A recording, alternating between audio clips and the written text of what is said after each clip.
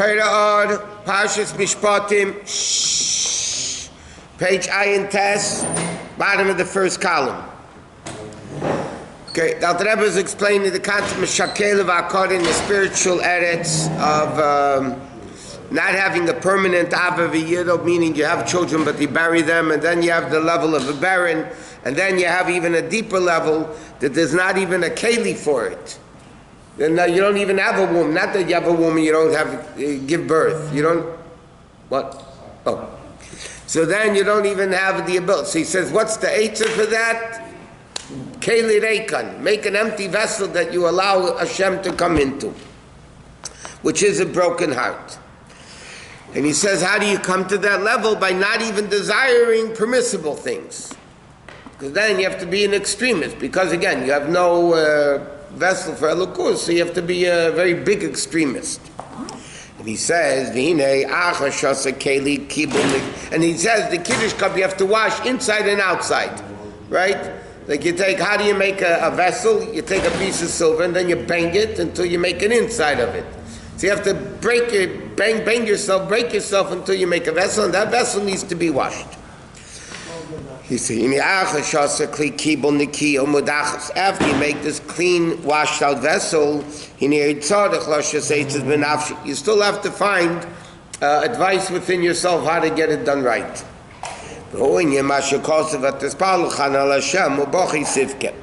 It says, Chana davened to Hashem, and she was crying, right when Eli thought she was drunk.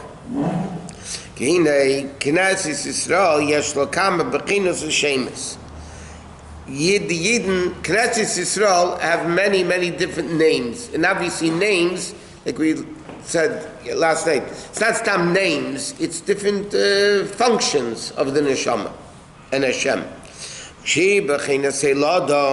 When the Yidden are in the level of giving birth, they're called Leah, which is called Mabanim, because Leah gave birth, Rachel didn't. When the Yidden are in the level of Akkad, barren, they're called Chana, like it says, Ulachana Ein Yolodim. Again, we're mentioning the whole time, the Alter Rebbe says that birth means giving birth to love and fear. So when the Yidden have love and fear of Hashem, then they're called Leah. When the Yidden don't have Ava v'Yira, they're called Ulachana. They're called Chana because it says Ulachana Ein Yolodim. Chana didn't have children. What is the Eitzah for this? Vatispalu Chana al Havaya. Chana davened al Havaya. Okay, simply means to Hashem, but she davened an Hashem. What does that mean? Why is Hashem called Yud Kevavke? Yud Kevavke means Mahava, creator. He creates everything from nothing to something. This level of Mahava exists in all worlds. Atzilis, B'ri, Yitzir, Nasiya. She'ein chilik b'neihem. The only difference is this he created, this he formed. In other words, world itself, even Atzilis to a certain extent, is Yesh Mi'ayin, because it's still Olam. Olam is Helam. But this is Atzilis and it's all Yesh Mi'ayin. It's a different style of Yesh Mi'ayin. B'ri, creating it and then forming it and so on. What? Yeah, but it says by Sarah she didn't even have a womb, right? But here it's talking about Chana Ein Yolodim. What does it mean?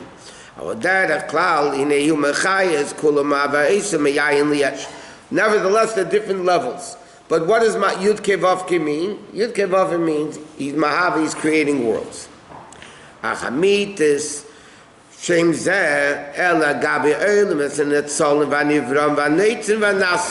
But primarily, he says the four worlds of Atzilus, Netzalim, Nivraim, Neitzrim, Nasim. Okay, so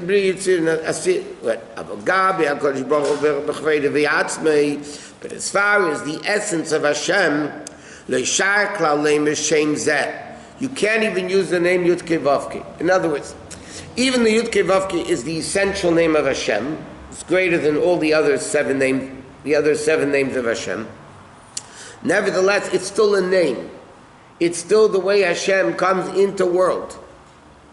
But then you have the essence of Hashem, which is higher than names. Again, name is to identify with something.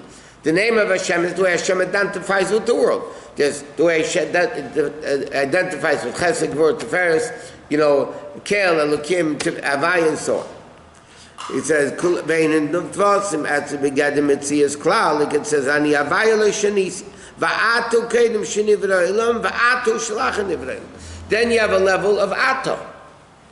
Ato is the essence of Hashem. Like we read last, Anechi Hashem Elokech. This is what the Pirkei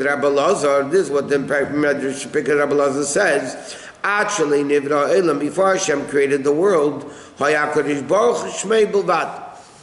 Rabbi Lazar said, before Hashem created the world, it was only Him and His name. What does it mean, Him and His name? It's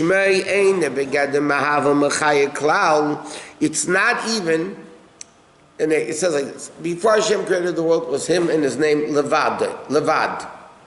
That means even His name was not the name of Hashem creating, it was Levad, it was alone with Hashem. Hu Shmei Belvad means it was only Hashem in His name, there wasn't even a name of functioning in creating things. Elohu Levad Mekin, like it says, Niskav Shmei Levadi. The Niskav made Allah Flogi Yeseda. Niskav means completely exalted, completely removed. Shumuf Leghard B'Ma'elim Asenet Solim. He's infinitely greater even than the world of Atzilus. Meaning, it comes a ray of His name and Eretz Shemayim. What do we say in davening? I mean, those are davened already today. Yalu Hashem Hashem, praise the name of Hashem. Ki nizkav shmei levadei. His name is exalted. Levadei, by itself. Nizkav means completely removed. Haidei, His ray. What does it mean, His ray?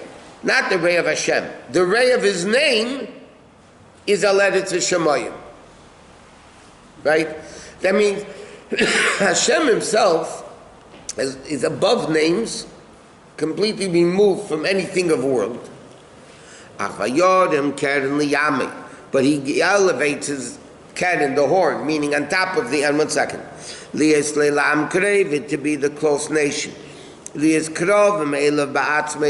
be close to Hashem, to be Hashem brings us closer to become one with Him, like it says, so on and so forth. What? Although that we say name of Hashem is different from Hud in the first word that we say in David. Correct. Hoda, just the simple meaning of the word. Haydei over there means praise Hashem. Haydei al Eretz Shemayim means His ray, it doesn't mean praise. Mizet is like nafshu, when a person meditates into this, that the highest name of Hashem is only a ray that functions to create world. But Hashem Himself is infinitely greater. And he says, Mizat is light nafshu, that will inflame his soul. Lahashlach nafshi mineged, to throw his soul in Mesidas Nefesh, Avdushas Hashem b'perel mamish. Lias nefesh tzemeh, to be this longing, thirsty soul. The kol sol Hashem, and longing to Hashem, lis dafke rucha berucha. And he says like this, meaning, what does it mean, Mesidas Nefesh of this sort? That kol machshava dibur amaisa shalai. There is no, what is his thought, speech, and action? Only in Elokus. Nothing with world, nothing to do with anything else. It's only Ba'al Machshava Dibur Ma'aseh Shel Kadosh Baruch Hu. U'mitzvahs and Hashem and His mitzvahs mi'umka deliba, like it says in the pasuk in the Zohar. And that's what it says, V'tispalol Chana al Hashem. It's an interesting pasuk. The pasuk should have said, you don't daven an Hashem, V'tispalol Chana le Hashem, it should have said. It doesn't say she davened le Hashem. She davened al Hashem. What does it mean? He says, tefillah, what does tefillah mean? Doesn't mean prayer. That's bakasha. Tefillah means binding, connection. Hatefel klicheres in Hebrew, in the Mishnah, means hatefel klicheres means you glue a broken vessel. Or naftali, why was he called naftali? Rashi says because it was the chibur, binding. He says, Iskashra atzma al havaya Pirish l'maylam b'china Shem Havaya. Remember, like we learned by Yom Kippur, Lifnei Hashem Titaru. What do you mean? Not only before God. Siddur explains higher than the name of Yud Kei Vav Kei. Sins affect Yud Kei Vav Kei. Right, the lower tshuva, higher tshuva, but it's the name of Yud Kei Vav Kei. Lifnei Hashem means the Jew reaches a level higher than the names of Hashem, i.e., the essence of Hashem. If once you reach that level of godliness, then all you want, there is no world. There is no nothing. Right? There's no cars, there's no food, there's no this, there's only Elokus. So he says that's why Chana davened al Havaya, meaning she connected herself to a level higher than Yud Kei Vav Kei. And that level creates from Ein La Bonim, that Chana doesn't have Ava V'Yira, she creates a level of giving birth. Meaning now she has Ava V'Yira. But what allowed her to give birth, this concept of a Tispalu Chana al Havaya, she connected to a level higher than Yud Kei Vav Kei. Yeah, but she was a keli for that vessel. Her husband Elkanah was a very great tzaddik. Okay, Elkanah I'm sure gave her brachas, but she had to be a keli for it. You know, there's the famous story when the Rebbe Rashab was becoming Rebbe. Okay, somebody once came to him and asked him for a bracha. So he said, "Sorry, I can't help you." So the guy went out and he was crying. And the Rebbe Rashab's older brother, the Zalman Aaron, the Razayas, it was known as, saw the seed crying. So he said to him, "Why are you crying?" He said, "I just went into your brother for a bracha and he told me he can't help you."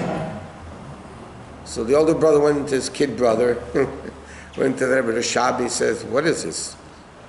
You can't give him a bracha, but say a nice word to him, give him encouragement. What do you tell him? I can't help you? What's wrong with you?"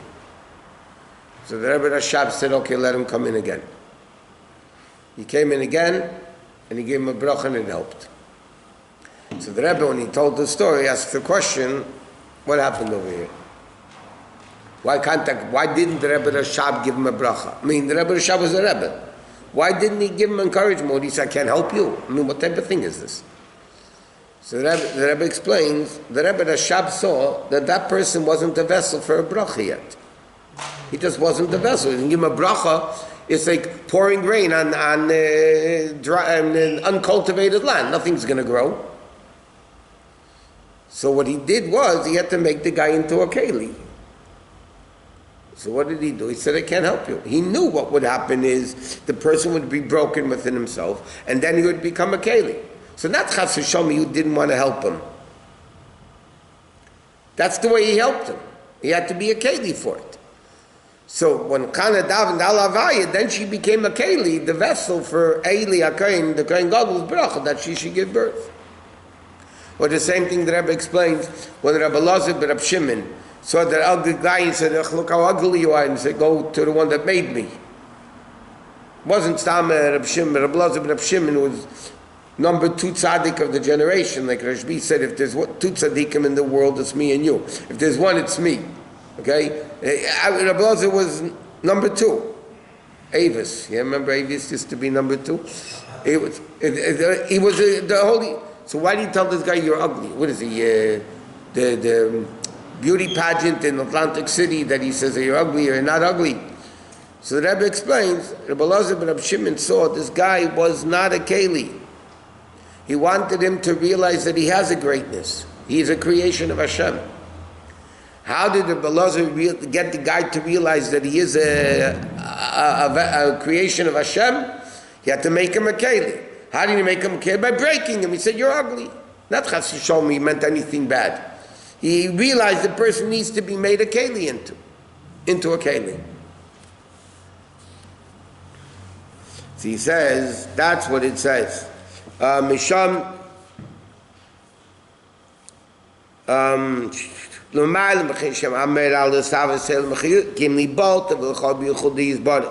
Mesiras Nefesh. And therefore, from that level, from the essence of Hashem, came the Rachmim Rabim, the tremendous mercy of Hashem. From Al Nitzes Al Nafshi. And that's what it says, Bachei Sivka, at the beginning of Eicha. It says, the second pasuk, Bachei Sivka Balayla. They cried in the night. Meaning, Rachmim Rabim, to awaken this tremendous level of mercy. And that's what it says, Amelach Amreimam Levade. Hamisnasi Mimeis Elam. Hashem is removed. Mimei Elam, meaning from the spheres that created the world. Therefore,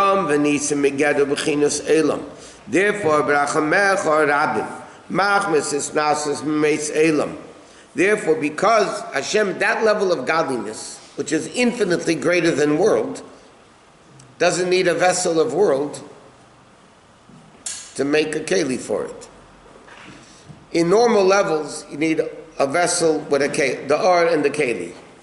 But if you reach a level which is higher than everything, like Yom Kippur, which is the fifth level, Yechidah Shem Nefesh, the essence of Elokus, Lifnei Havaya, higher than Yud Kei Vav Kei is revealed, so there are no sins. So real Rachmanis comes from a level of godliness that whether the person is good or bad is totally irrelevant. There's a level of Elokus, the Bar Mitzvah kids say it in the Maimer. Im Chotosim HaTifel Bey, if you sin, what did you do? Im Rabbi B'Shayacha Matasalei. Im Tzedakta, if you did good, Mayitalei. I mean, there's a level of Elokus, the Pintal Yid of the Jew, it's totally irrelevant if you sin or not. Like the Friedrich Rebbe writes in the Basi Legani Hemshech. The shtus of the Nefesh Habamis to convince a person to sin only affects the intellect and the midas and the thought, speech, and action of the Nefesh Elokis. The essence of the Nefesh Elokis can't be affected by sin. Like really, the concept of a child is not more or less child whether they behave or don't. That essential bond is not behavior. The relationship between a child and parent is an essential bond. Friends depend on behavior. Well, husband and wife depend on behavior, therefore you can get rid of them. But you can give a get, you can not be a friend anymore. But the child bond of a parent and a child is above behavior. You can have a closer relationship, further relationship, but that doesn't make you more son or less son.